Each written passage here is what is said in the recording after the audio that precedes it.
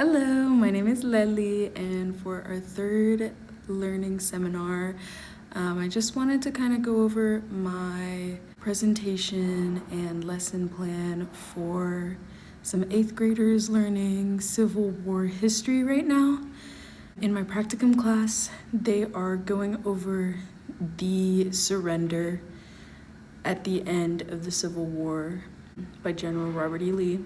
And so I kind of wanted to do something that still has to do with Civil War, but I found some really good resources that we'll get into today.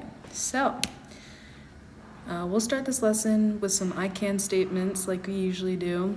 I can develop a contextual understanding of children's lives during the Civil War by engaging in effective collaborative discussion. And by posing important questions about our sources today during discussion, I can extract and synthesize the information I learn about children's lives during the Civil War.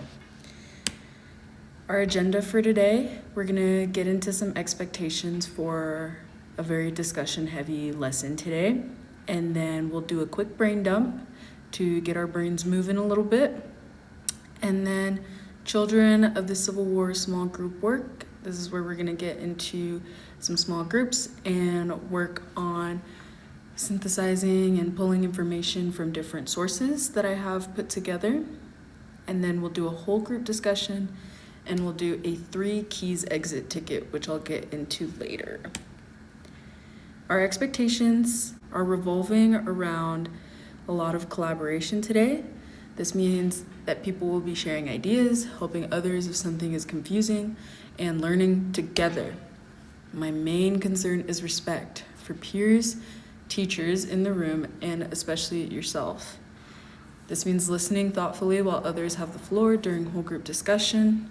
This benefits you and the person talking and everyone in the room, so we can all focus and get some good discussion in. And then this also looks like participating to your greatest capacity. You are all amazingly capable and intelligent and so much fun, and I want to feed off of that energy today where you're just excited and feeling good about learning and feeling good about where you're at with some social studies skills. So for our brain dump, you might be feeling like this, or like this, or like this, or like this.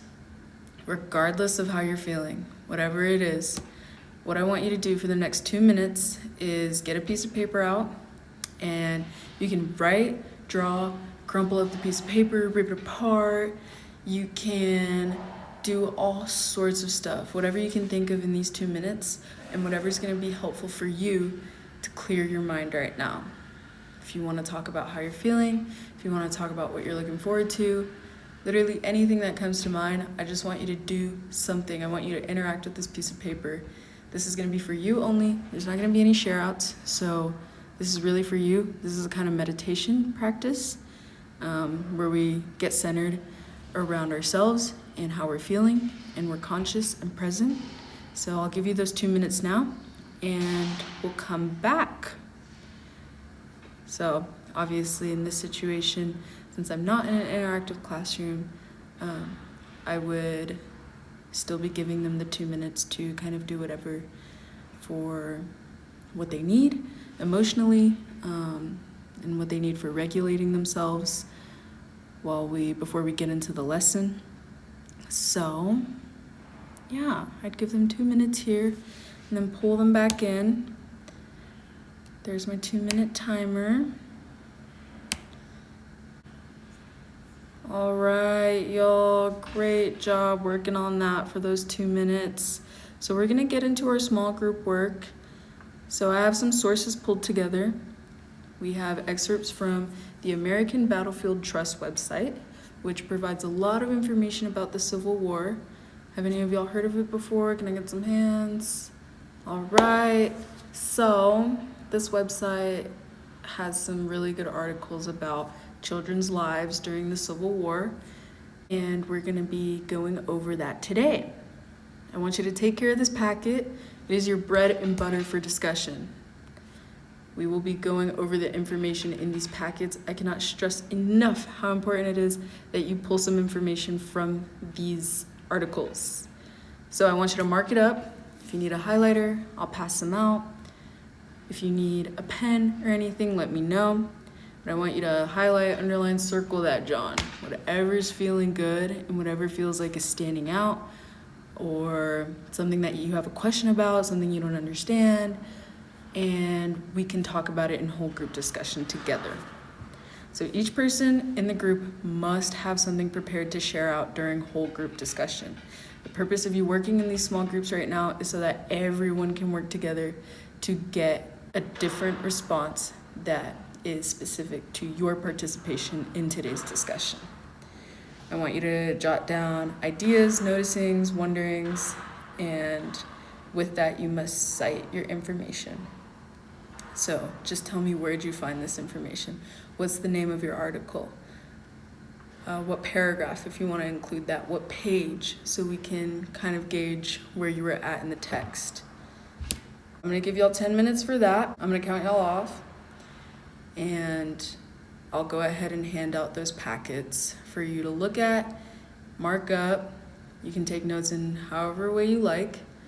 You can even do a little like brain map if you want to do a one-pager. I really want y'all to kind of take charge on what this looks like for you, so that way you feel organized with your own thoughts, so we can bring it to the whole group discussion, okay? Is everyone feeling good? Can I get some thumbs? All right. So next up, I have my 10-minute timer, and this is where I'd give them 10 minutes to do the assignment, and I'll show y'all real quick what the kind of pages look like. So I've pulled the articles and kind of mapped them out into my own like worksheet, I guess. It's not really a worksheet, it's just like for them to have a paper version, because I really wanted to stay off of their devices for now. So if we look through this, we have different articles, and I have some that are more broad, general ideas about children's lives. And then if we go down, we have individual biographies for them to look at. And so what I'm hoping is that in our group discussion, we can compare and contrast like what a biography or an independent party can tell us versus what broader themes are happening during the Civil War for children. And then I've got some supplemental resources like education during the 1860s for some of the shorter biographies. And I've also got one about Seda Bird, which was a Southern child who lived on a farm during the Civil War. So I'd let students, skim through that, pick anything out that sticks out to them, and then I pull them back in. All right, everyone, great job. Let's reel it in. All right, so now, how'd that feel? Is everyone feeling good about what information they have? Do we want some more time, maybe 1 to 2 minutes to kind of gather things up? You feeling good? All right. So for our whole group discussion, we're gonna have 10 minutes around there to do this. I want y'all to circle up. We'd either do this in the hall or we would stay in the classroom, and I would have everyone sit on their desks in the best circle that they can make with the space that we have, just so everyone sees, each other's faces and it feels a little more community-based. And so I want you guys to say your name and who your partner was or partners, and tell us a quick bit about what you learned, like what was the title of your excerpt and what you read about in just a few words. And then I want you to tell us a noticing, connection, or question that you had during this. This is what you prepared for the discussion, and make sure that you have a citation for it. And my last reminder is that to have a meaningful and full discussion, everyone has to contribute. Even if you're feeling kind of wonky about speaking up in front of the class, I want everyone to say at least one thing. So let's go ahead and get started. All right, and then we would have that 10-minute discussion. And then after that, I would say, all right, class, great discussion. I loved what everyone was saying and what everyone was bringing forth. And now we're gonna move on to our exit ticket. So I want you to imagine that there's this room full of your favorite things, whether it's TikTok or Tung Tung Sahur or sports, art, your favorite foods. Whatever it is, you are on the other side of the door, eager to get in. And to enter, you need 3 keys, otherwise known as the 3 keys to history synthesis. And here I have included some of my favorite things. I love all kinds of sports. Volleyball is my main right now. I used to wrestle. I love Cosmos Pizza. It always makes me feel better if I'm having a bad day. I love music, so I got Hello Kitty with your cute little headphones on. I love Tung Tung and the little dances that he does.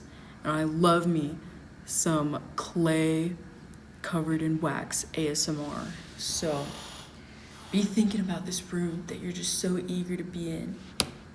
You need 3 keys to get in. The gold key. Write a new piece of information you learned today and cite it. Here's a citation example if you need it. You need the diamond key. Write down a question that came up for you at any point today. Here's an example of how you might start this sentence. A question that came up for me today was, a lingering question I still have is, and then the iridium key. Connect something you learned today to something you have learned previously in this unit.